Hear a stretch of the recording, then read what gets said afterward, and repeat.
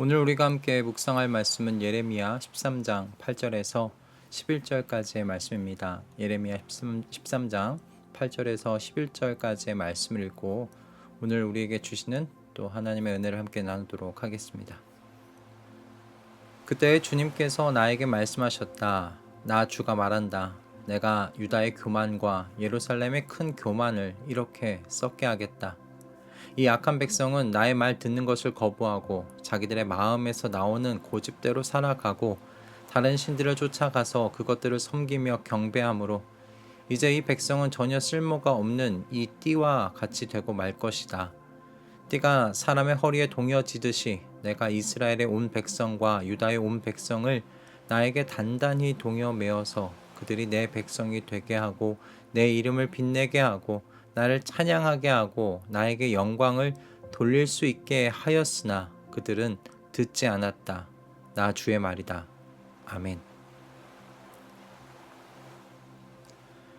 하나님께서 예레미야에게 그 배로 만든 띠를 사게 하셔서 유프라테스 강가 바위 틈에 숨겨두게 하셨습니다. 이 띠가 벨트인지 허리춤에 매는 얇은 옷이었는지에 대한 논란은 있지만 그것이 어떤 것이 되었든지 하나님께서 지금 전달하시고자 하시는 데에는 문제가 없습니다. 하나님께서 예레미야를 통하여 말씀하고자 하신 것은 바위 틈에 숨겨둔 벨트 또는 이 얇은 옷가지가 썩어서 제 기능을 할 수 없게 된 것과 마찬가지로 이스라엘 백성이 하나님께 아무 쓸모없는 그런 지경에 이르렀다는 것을 말씀하고자 하시는 것이기 때문입니다. 이스라엘 백성은 하나님께서 온 세상에서 특별하게 고르셔서 하나님의 허리춤에 단단하게 동여맨 하나님의 백성들이었습니다. 11절의 말씀을 따르면 이 백성은 하나님의 이름을 빛내고 하나님을 찬양하고 하나님께 영광을 돌리는 역할을 부여받은 특별한 사람들이었습니다. 그런데 이제 이스라엘 백성은 하나님께서 원하셨던 이 역할을 수행할 수 없을 정도로 망가져 가고 있다는 것이에요.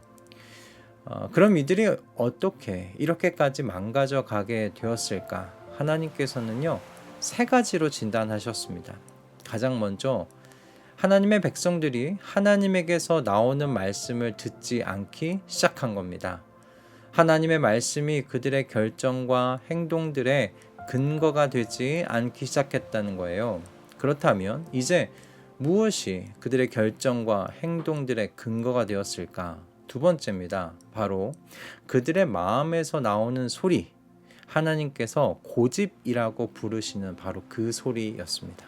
즉 죄가 들어와 아직은 부패하고 완전하지 못한 자기 자신의 그 마음에서 나오는 소리가 그들의 모든 결정과 행동들의 기준과 근거가 된 것이죠.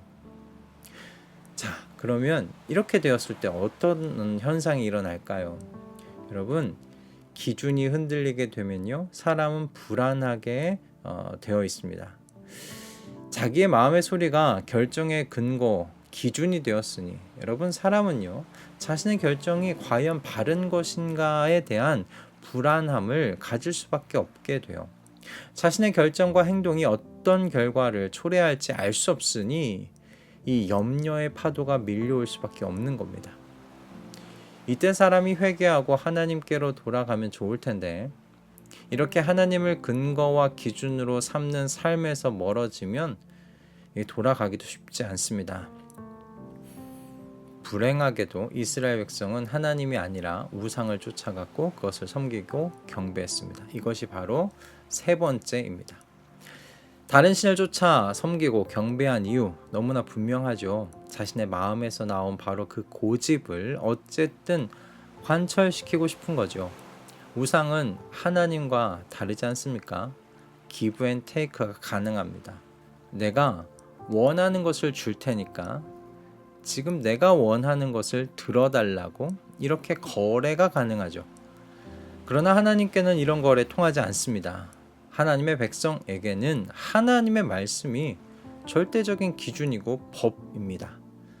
오직 그 말씀에 대한 순종 외에는 없습니다. 하나님의 백성이지만 하나님의 말씀을 결정과 행동의 기준, 근거로 삼지 않았기 때문에 하나님의 목적대로 쓰실 수 없는 상태가 되고 말아버린 겁니다. 하나님의 이름을 빛낼 수도 없고 하나님을 찬양할 수도 없고 하나님께 영광을 돌릴 수도 없는 그런 존재가 되어 버리고 만 것이죠. 제가 그 신학대학원을 다닐 때 자주 토론하던 동기 친구가 있었습니다. 그 법학을 전공했던 친구였어요. 이 친구 덕분에 하나님의 말씀에서 근거를 찾고 그 말씀을 토대로 제 주장을 펼치는 훈련을 좀 해볼 수 있게 되었어요. 법학을 전공했던 친구라서 그랬는지 모르겠지만 늘 제가 무슨 말을 하면 그 주장을 뒷받침할 말씀의 근거가 뭔지를 물어보았거든요. 주장의 흐름은 성경적이지만 정확하게 어떤 주님의 말씀을 근거로 하고 있는지를 물어보는 거예요. 그래서 속으로는 이 큰 틀과 흐름에서 하나님의 성품과 다르지 않으면 되는 거 아닌가? 그렇게 투덜댔던 적도 있었습니다. 지금 와서는 참 고마운 친구인데 말이죠. 사람 안에는 그 양심이라는 것이 있어서 그 양심을 따라 도덕적이고 윤리적인 결정 내릴 수 있습니다. 그러나 그 양심을 믿을 수 있는가? 그렇지는 않습니다. 양심은 언제든지요, 사람의 욕심과 욕망 앞에서 무용지물 될 수 있기 때문입니다. 나의 양심이 내 모든 결정과 행동의 근거가 될 수 있다고 말씀하시는 분들이 계시다면 저는 이렇게 이야기하고 싶어요. 아직 사람에 대해서 잘 모르신다, 또는 자기 자신에 대하여 아니면 사람에 대하여 너무 낙관적이시다, 그렇게 말씀드릴 수 있을 것 같아요. 성경이 우리에게 분명하게 이야기하는 바는 모든 사람이요 하나님 앞에서 철저하게 부패하게 되었다는 겁니다.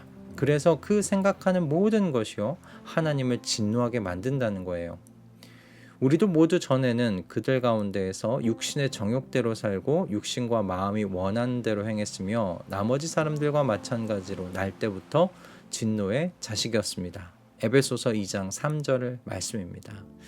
어떤 사람도 예외가 없습니다. 하나님께서 예레미야에게 말씀하신 대로 우리 모두는요 마음의 고집대로 살았습니다. 하나님의 말씀이 아니라 육신과 이 마음이 원하는 것이요 결정과 행동의 기준이었다는 거예요. 그래서 날 때부터 모든 사람들은 하나님 앞에 진노의 자식이라는 겁니다. 우리 안에는 아직 이런 과거 삶의 성향이 남아 있습니다. 경향성이 남아 있습니다. 하나님의 말씀을 나의 결정과 행동의 기준으로 삼으려 깨어 애쓰지 않으면, 그래서요 우리의 몸은 과거의 이 죄의 성향을 따라서 마음의 고집대로 결정하고 행하며 살아가기 쉽습니다. 이런 삶의 형태가 하루 이틀 이어지다 보면 어떻게 되겠습니까? 우리도 오늘 본문의 이스라엘 백성들과 같이 부패해져서 하나님의 목적대로 쓰실 수 없는 상태가 되고 마는 겁니다. 하나님의 이름을 빛내고 싶어지지도 않고요. 하나님을 찬양할 수 없게 되고 하나님께 영광을 돌리는 일을 생각할 수 있는 그런 영성을 잃게 되고 마는 거죠. 저를 포함하여 우리 가족들이 하나님의 목적에 쓰임이 없는 삶을 살아가지 않기를 기도합니다. 하나님께서 저와 여러분을 어두움 가운데서 불러내셔서 하나님의 은혜의 기이한 빛 가운데 옮기신 여러분, 그 목적을 이루며 살아가기를 소원합니다. 하나님의 이름을 빛내고 하나님의 자비와 은혜와 사랑을 찬양하고 하나님의 영광을 위해 살기를 열정적으로 소원하는 우리 모든 가족분들이 다 되시기를 우리 이 아침에 함께 기도했으면 좋겠습니다. 할렐루야. 함께 기도하겠습니다. 주님, 오늘 말씀을 묵상하며 기도하게 되는 것은 우리의 마음의 작은 교만도 피어나지 않게 되는 것입니다.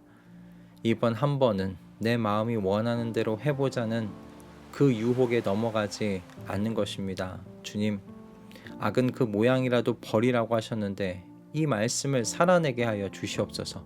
우리의 모든 결정과 행동의 기준과 근거가 주님의 말씀이 되도록 우리를 지도하여 주시옵소서. 우리를 주님의 성령으로 충만하게 하여 주시옵소서. 예수 그리스도의 이름으로 기도드립니다. 아멘.